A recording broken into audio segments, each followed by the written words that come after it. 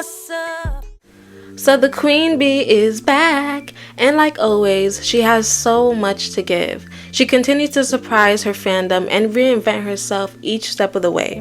When Lemonade dropped, it instantaneously became a flawless album. It showed Beyoncé as a true artist, as she cultivated every song and video and pieced together an album that was personal, political, and creative while still remaining authentically herself. The album was beyond different from anything that Beyoncé had released previously, and that right there was iconic within itself.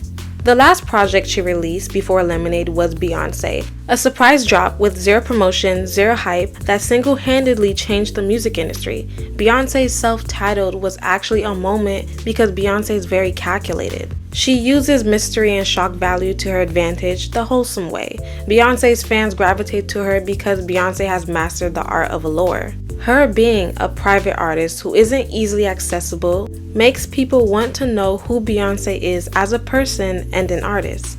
The fact that she doesn't rely on heavy promo or a record company to push her is what makes her fan base want to support her more. Beyoncé throughout her years has always been an amazing artist who puts thought into her projects. She's never really ran from her sound to chase hits, and for a moment, that's what made people start to question her. To us, her fans, her audience, her Project 4 is a great album. If anything, it's Beyoncé's best album vocally. It was considered a flop because of the standard Beyoncé set for herself. No matter how well you're doing, record labels still put pressure on you to perform beyond your previous work before they decide you're no longer beneficial to them. That's why so many artists, they could have a #1 album a year prior, but the next year, if you're releasing music and those singles aren't charting, or the album doesn't do well as they projected, they will no longer believe in you. It's happened to so many artists, and it was happening to Beyoncé. Beyonce changed the entire music business sure did. when she Yeah, dropped when that she dropped album. that. Beyonce dropping that album is the most iconic move any artist has made. Let me tell you why it was so iconic. Because white people in the music business considered her 4 album a failure. 4 album was the Black Girl Anthem album with Love on Top, Party, all that stuff. I know this for a fact because I was in the Columbia building. A&R said, we need help with Beyonce. He was like, yeah, man, last album didn't do well. We need to come back. We need some hits. So what Beyonce did with that Beyonce album, she didn't even tell her label it was coming. She just dropped and then showed the world, I don't need a hit because I'm the fucking hit. Which album was that? Beyonce album. So what she did was she made the album, she shot the videos without the label knowing. You can do that. She got the money. You do that, and then you go to the label and say, This is my project. This is coming out midnight. And that's when the short runway started, where artists can just drop. That's why self-titled is one for the books, because she understood that she needed to revamp her image. In the song Haunted, for the intro, she said this. All this shit I hear is boring. All this shit I do is boring. All these record labels boring. I don't trust these record labels, I'm torn. Probably won't make no money off this. Oh well. When your passion is your job, at times it can get really repetitive and boring until someone challenges you, like the industry challenged her. She didn't do the normal formula for dropping an album. She tested the waters and succeeded. Beyoncé's self-titled was an experiment backed by faith and passion that became a monumental moment for her. And then, Lemonade dropped. Now you guys know Lemonade is by far my favorite album by Beyoncé. That project is what made me a certified Beehive member. But what was Lemonade? Lemonade was a cultural classic, a gem, if you will, an amazing piece of art that truly continued to embody the creative mind of Beyoncé. Again, this was an experimental album that was heartfelt and dived into so many themes without losing its touch, while being unapologetically black. I feel like Lemonade was really just a sip into Renaissance, again touching multiple genres, throwing us a dog bone before she really decides to fully go in. She spoke on her personal issues with infidelities within her family, with her father to her mother, and Jay-Z to her. Recapturing her sense of self, learning to forgive, touching on race issues, and representing black women in all her divinity, doing so in multiple genres like the blues, R&B, rock, and most importantly, country. Not only did Lemonade resonate so deeply with her fans, but it did so while capturing new sounds that's not always promoted in a black space. So, what is black music?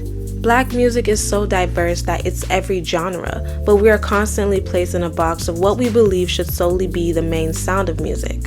Hip-hop and R&B are great, but it doesn't solely define us. We created rock, country, disco, house music. That's us, but yet it's not represented. And that other side of the industry made sure to keep us out.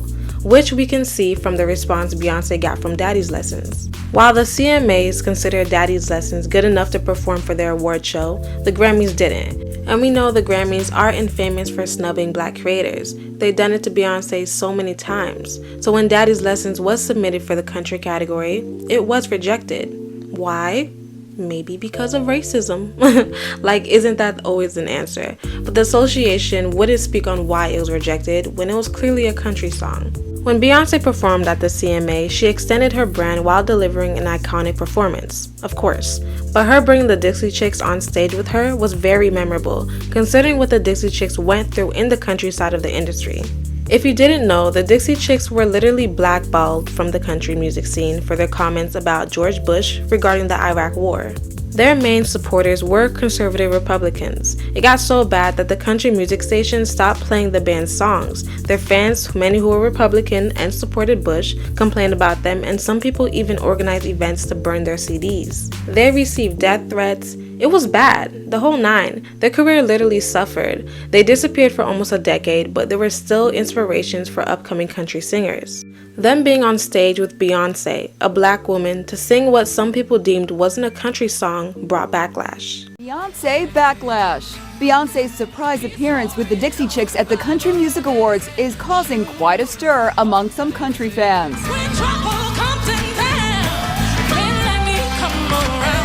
Beyoncé hit the stage unannounced, joining the Dixie Chicks for a folksy performance of her hit, Daddy Lessons. Daddy held my hand. The place rocked, but not everyone welcomed the collaboration. Beyoncé did not belong there, even looked out of place. "Keep country country," went one tweet. "I literally cringed when Beyoncé sang with the Dixie Chicks," goes another. Oh, but daddy said shoot. The Talk's Sarah Gilbert had this to say about the nasty tweets. I find it racist. I think it's because she's not white, and white people do not own country music. But, the fact that she was able to get on that stage and show out while also bringing out the Dixie Chicks was a power move. But most importantly, it gave Beyoncé more drive to prove that she can and will do it again, no matter who's upset. Beyoncé has a really amazing gift. Her work ethic, as we know, is beyond crazy. But most importantly, proving people wrong is probably her ultimate dopamine. In 2008, Beyoncé released her Sasha Fierce album. She expressed how in the beginning of the creation for the album, she was frustrated because her label told her that black and white imagery won't sell. The album would only do good if it's in color and more visually appealing to her audience. Those execs telling her that she couldn't do something was ever more reason to do it and tell them to leave her the fuck alone. That album became her most commercially successful album to date, which goes hand in hand with her crossovers. Beyoncé tapping into the country genre will be cemented into her career. The ability to gravitate into different sectors and actually have success is such a game changer. Which of course sums up Beyoncé's career. She is a game-changing artist, and sonically her sound is becoming more universal. From blues to reggae to pop to country to rap, and soon rumors are swirling it will also be rock. So, do you guys understand what that'll do to Beyoncé's legacy? She's continuing to revamp herself because she wants to be remembered as the artist. No matter if they're not trying to acknowledge her, you simply can't erase her musical talent. She is gonna be more than a black artist. She's really the GOAT. This is the Renaissance era, and she is claiming genres that are actually black genres, and you can't force her out.